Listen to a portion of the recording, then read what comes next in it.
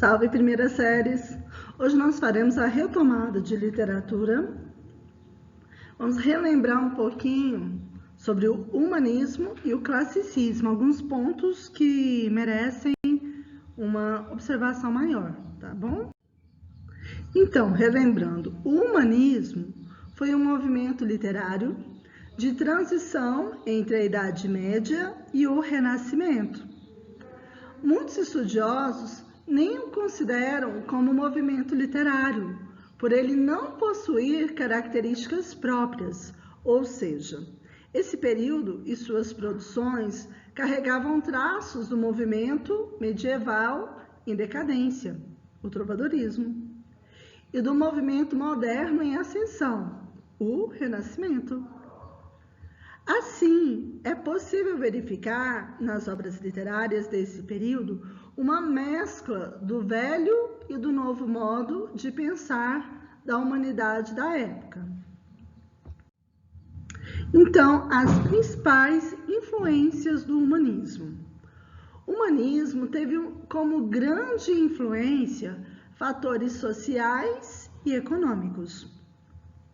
Com a formação de uma nova classe social, a burguesia, os comerciantes começaram a competir com os nobres e ganharam importância na sociedade. Além disso, com a expulsão dos camponeses pelos senhores feudais, houve um período de muita fome e doenças, como a peste negra, que matou 1/3 da população da Europa. Essa época foi marcada também por um período político chamado absolutismo, quando o poder, anteriormente descentralizado nas mãos dos senhores feudais, passou para as mãos dos reis.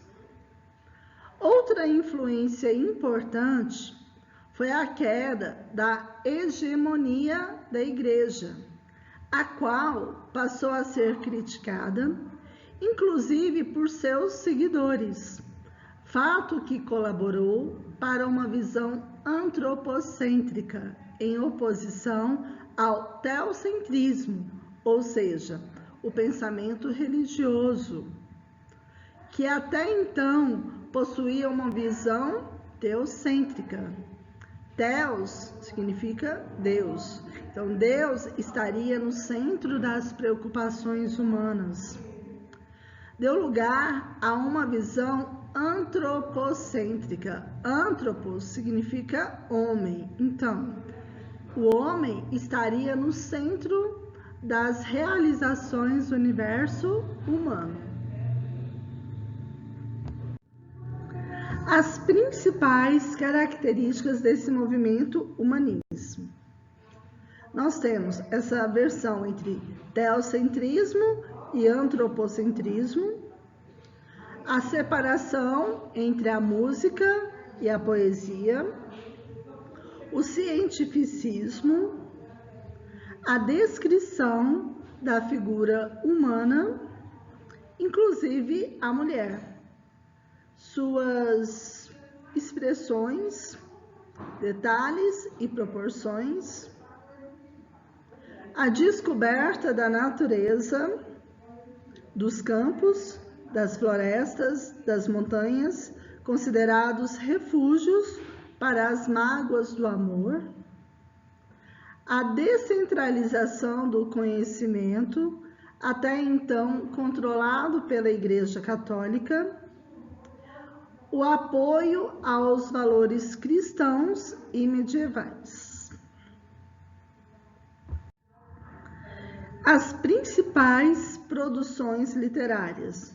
Nós teremos aqui a poesia humanista, as crônicas históricas, as novelas de cavalaria e os teatros, os textos teatrais. Pessoal, a poesia humanista, ela possuía as mesmas características das cantigas trovadorescas, mas houve uma separação entre a música e a poesia. que passou a ser feita para ser declamada nos palácios e ficou conhecida como poesia palaciana. Temos também as crônicas históricas, que tinham como objetivo relatar a vida dos reis por meio de documentos históricos. Por isso, houve uma busca de rigor e objetividade. Embora ainda se atribuísse aos reis toda a iniciativa pelos feitos históricos. As novelas de cavalaria eram histórias ficcionais, de aventuras, em que os personagens demonstravam heroísmo, lealdade e religiosidade. Os textos teatrais eram divididos em autos ou farsas. Os autos eram peças curtas que representavam cenas bíblicas. As farsas tratavam do cotidiano da sociedade da época e possuíam comicidade exagerada ao retratar tipos e costumes sociais.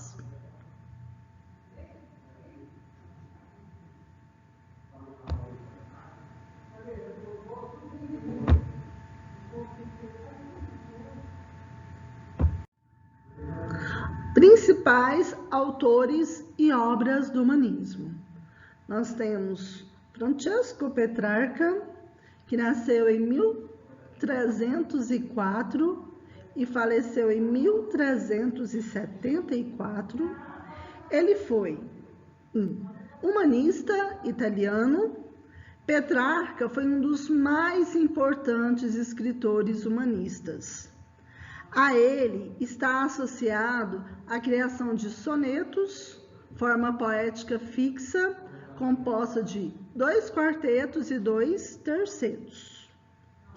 Petrarca produziu cerca de 300 sonetos e de sua obra destacam-se Cancioneiro e o Triunfo, Meu Livro Secreto e Itinerário para a Terra Santa. Temos também o Dante Alighieri, que nasceu em 1265 e faleceu em 1321. Foi humanista italiano, autor do poema épico e teológico intitulado Divina Comédia. Dante é considerado um dos mais importantes poetas do humanismo. Ele escreveu vários textos líricos, filosóficos e políticos,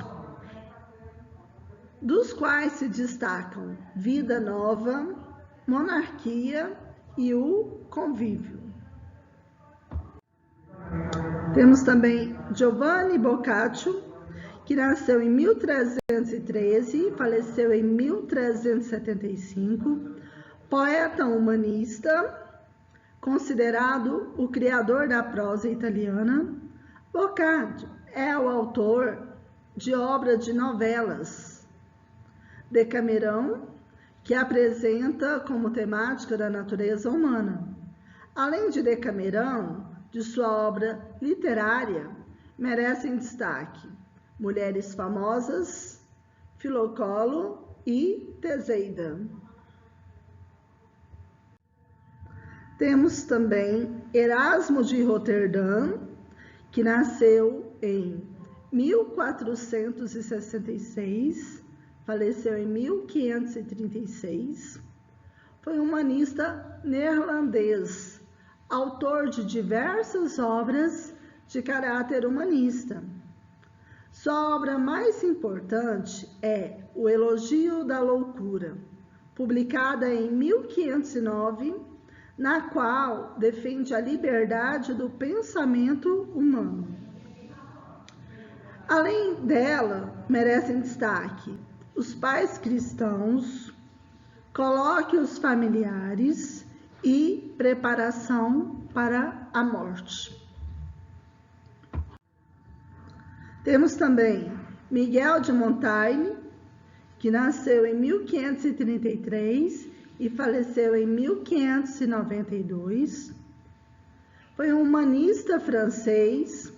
Montaigne é considerado o criador do gênero literário ensaio pessoal. Publicou a obra Ensaios em 1580.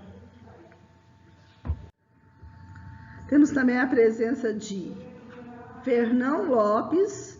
Fernão Lopes nasceu em 1390 e faleceu em 1460. Então, Fernão Lopes, escritor humanista português, nomeado cronista-mor da Torre do Tombo, em 1418, escreveu diversos textos denominados de prosa historiográfica. Foi fundador da historiografia portuguesa e de sua obra literária merece destaque Crônica de El Rei, de Dom Pedro I, Crônica de El Rei, Dom Fernando e Crônica de El Rei, Dom João I. Temos também destaque aí do humanismo, o grande Gil Vicente, que nasceu em 1465, faleceu em 1536. Gil Vicente foi um dramaturgo português, considerado o pai do teatro português, sendo um dos principais dramaturgos humanistas. Destacou-se com sua produção literária associada ao teatro. De sua obra, merece destaque Alto da Visitação, O Velho da Horta, Alto da Barca do Inferno, que vocês leram, né? E A Farsa de Inês Pereira.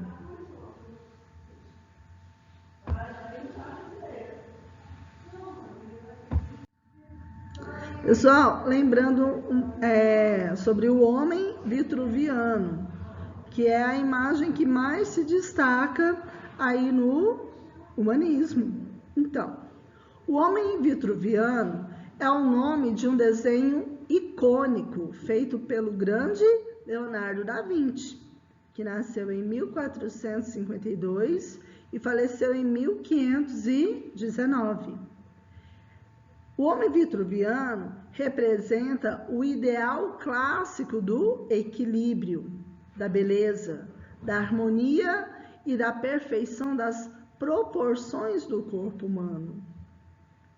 O desenho mostra a figura de um homem nu, com os braços e as pernas abertas e em diferentes posições, de modo simétrico. O Homem de Vitrúvio também mostra o conceito da chamada proporção divina, sendo que era baseado em figuras geométricas perfeitas e equações matemáticas.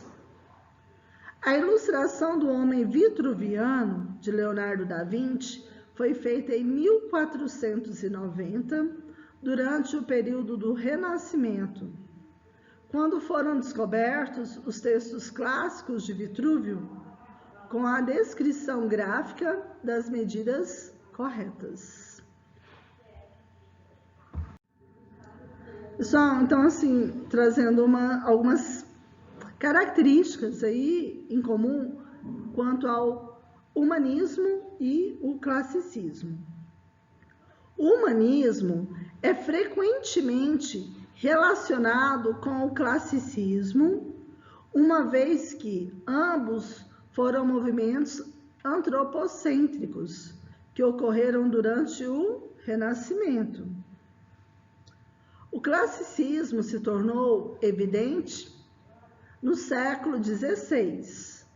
um século após o surgimento do pensamento humanista, funcionando como uma vertente do humanismo que visava estabelecer o racionalismo e o antropocentrismo, resgatando os valores clássicos greco-latinos. Anteriormente, a influência da Igreja. Assim, é possível afirmar que o classicismo foi uma das formas de manifestação do pensamento humanista. Apesar de ter grande impacto na cultura e na filosofia, o respeito à antiguidade clássica, trazida pelo classicismo, teve maior visibilidade nas artes visuais, razão pela qual o movimento classicista é visto como predominantemente estético. Agora, vamos rever um pouquinho sobre o classicismo. O classicismo corresponde a um movimento artístico-cultural que ocorreu durante o período do Renascimento, a partir do século XV, na Europa. O nome do movimento, que marca o fim da Idade Média e o início da Idade Moderna, faz referência aos modelos clássicos greco-romano. No campo da literatura, classicismo é o nome dado aos estilos literários que vigoravam no século XVI, na época do Renascimento. Por isso, a produção desse período também é chamada de literatura renascentista. O contexto histórico do classicismo. Na Idade Média, período que durou 10 séculos, o principal atributo da sociedade era a religião. Esse momento esteve marcado pelo teocentrismo, cujo lema eram os dogmas e preceitos da Igreja Católica, que cada vez mais adquiria fiéis. Assim, pessoas que estivessem contra ou questionassem esses dogmas eram excomungados, além de sofrer alijamento da sociedade, ou, em último caso, a morte. O humanismo, que surgiu a partir do século XV na Europa, começou a questionar diversas questões, uma vez que o cientificismo despontava. Muitos estudiosos foram capazes de propor novas formas de análise do mundo e da vida, que estivessem além do divino, ou seja, apresentavam questões baseadas na racionalidade humana e no antropocentrismo, homem no centro do mundo. Destaca-se aqui Luís de Camões, que nasceu em 1524, faleceu em 1580, que foi o maior destaque da literatura classicista em Portugal. Sua grande obra, Os Lusíadas, de 1572, é uma epopeia classicista, onde ele narra a viagem de Vasco da Gama às Índias. Ela foi escrita em 10 cantos e está composta de 8.816 versos decassílabos em oitava rima, distribuídos em 1.120 estrofes. O classicismo em Portugal permaneceu até 1580. Esse é o ano da morte de Camões e também da união das coroas ibéricas, aliança estabelecida até 1640 entre Espanha e Portugal. E uma observação importante: no Brasil, esse período literário ficou conhecido como quinhentismo. Principais características do classicismo: imitação dos autores clássicos gregos e romanos da antiguidade, uso da mitologia dos deuses e uso das musas como inspiração, racionalismo, predomínio da razão sobre os sentimentos, universalismo, abordagem de temas universais como, por exemplo, os sentimentos humanos, antropocentrismo, o homem como centro do universo, perfeição formal, rigor em busca da pureza formal, busca do equilíbrio entre razão e sentimento, influência do pensamento humanista. E os surgimentos literários durante o classicismo. Nós temos o épico e a sátira. Épico, gênero de construção de uma narrativa nacional, seguindo o modelo greco-romano. Através desse gênero, grandes feitos e conquistas eram contados, além de destacar o homem como herói das histórias. E a sátira, nesse gênero, há uma ridicularização dos ideais e costumes medievais, clero e nobreza. E a imagem que marca o classicismo é essa aqui, ó, do Nascimento de Vênus, de Sandro Botticelli. É uma das obras mais emblemáticas do Renascimento italiano. Isso aí, galerinha. Até breve.